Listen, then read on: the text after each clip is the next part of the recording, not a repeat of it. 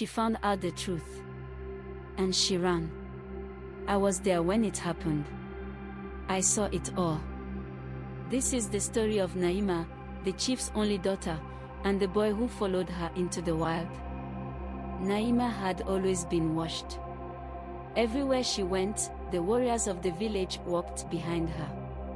Her father, Chief Ogutu, said it was to keep her safe. But Naima did not feel safe. She felt trapped.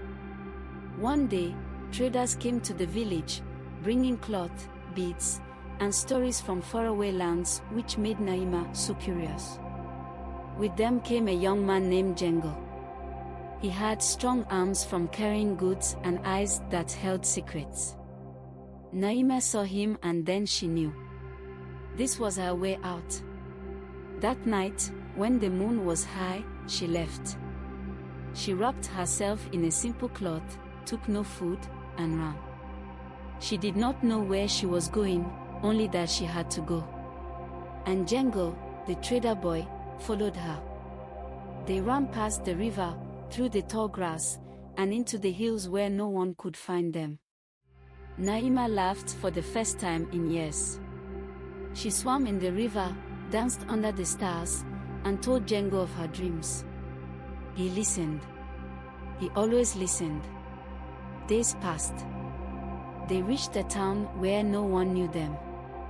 Naima tasted roasted maize from a fire she did not have to share with guards. She walked without looking over her shoulder. When suddenly, a woman in the market, one with sharp eyes, called Jengo by a different name.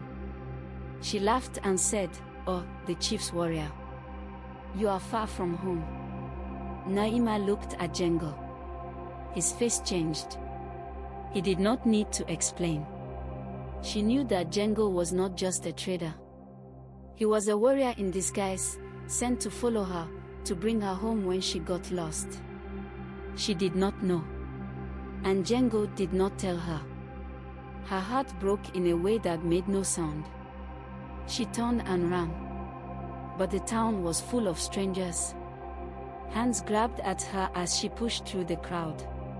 A man with greedy eyes blocked her path. She stumbled, and suddenly, Jengo was there, pulling her away from the crowd. He fought off the men, shielding her with his own body. She wanted to hate him, but in that moment, she needed him. When they reached the outskirts of town, she yanked her arm free. "No more lies," she said, with a shaking voice. "Did you ever care, or was I just a duty?" Because her eyes were full of love, hate, and heartbreak for Jengo. Jengo hesitated. "I cared. I still do." Naima turned away. "Then let me go." She found her way back to the village. She walked in alone. Chief Ogutu waited. He did not scold her. He did not shout. He only opened his arms and was happy for the safe return of his daughter, and she walked into them. Jengo came later. He stood at the edge of the village, waiting. Naima did not run to him. She did not speak. But when she looked at him with love and rage, he saw it. She had changed. She was no longer a girl who wanted to escape. She was a woman who knew where she belonged. And Jengo, the boy who followed her into the wild, had to decide where he belonged to. Days passed, and Jengo remained on the outskirts of the village. Naima watched him from a distance, unsure of what she wanted. One evening, as the sun dipped below the horizon, she walked to where he stood. "You're still here," she said softly. Jengo nodded. "I could not leave without knowing if there was still a place for me."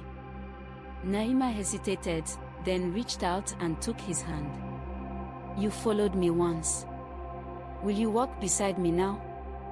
Jengo's eyes met hers, filled with hope and regret. "Always." The village welcomed him not as a warrior but as a man who had chosen love over duty. And as Naima and Jengo stood side by side, they knew this was not an ending. It was just the beginning of their life together.